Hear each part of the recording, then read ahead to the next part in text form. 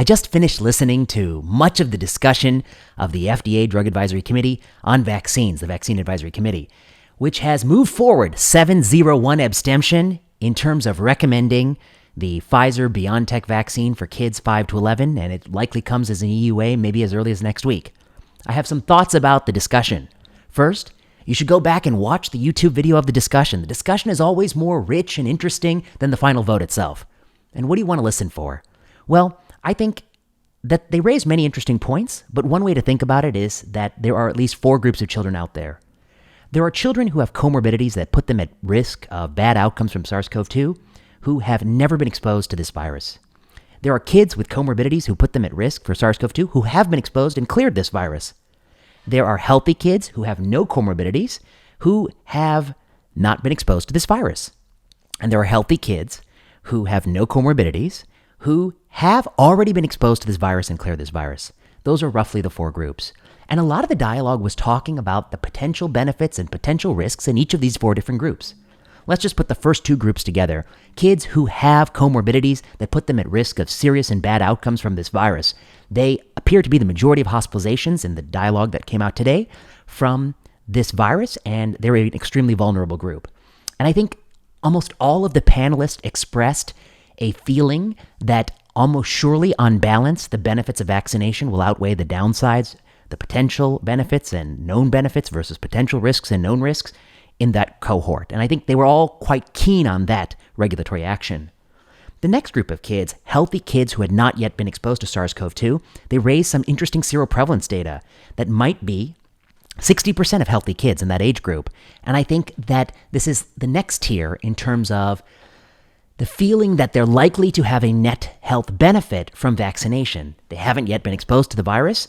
They are healthy, so their risks are generally low. But that's the next group you might think about benefiting. And then the last group, healthy children who don't have comorbidities that put them at bad outcomes for the virus, who have already had the virus and cleared the virus. This appears from the dialogue that seroprevalence data from the CDC suggests it might be as high as 40%. One of the panelists pointed out that that might be a floor and not a ceiling for the rate of seroprevalence because we don't have terrific seroprevalence data in this country. That's a way in which we lag behind our comparable countries like the United Kingdom. And this is the group I think that I heard the most apprehension about where that balance of risks and benefits fell.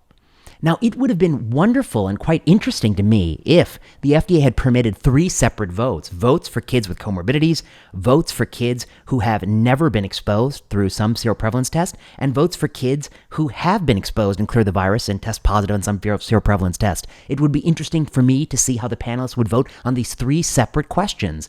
But in fact, they didn't present it as 3 questions. They presented it as one regulatory question, either all or nothing.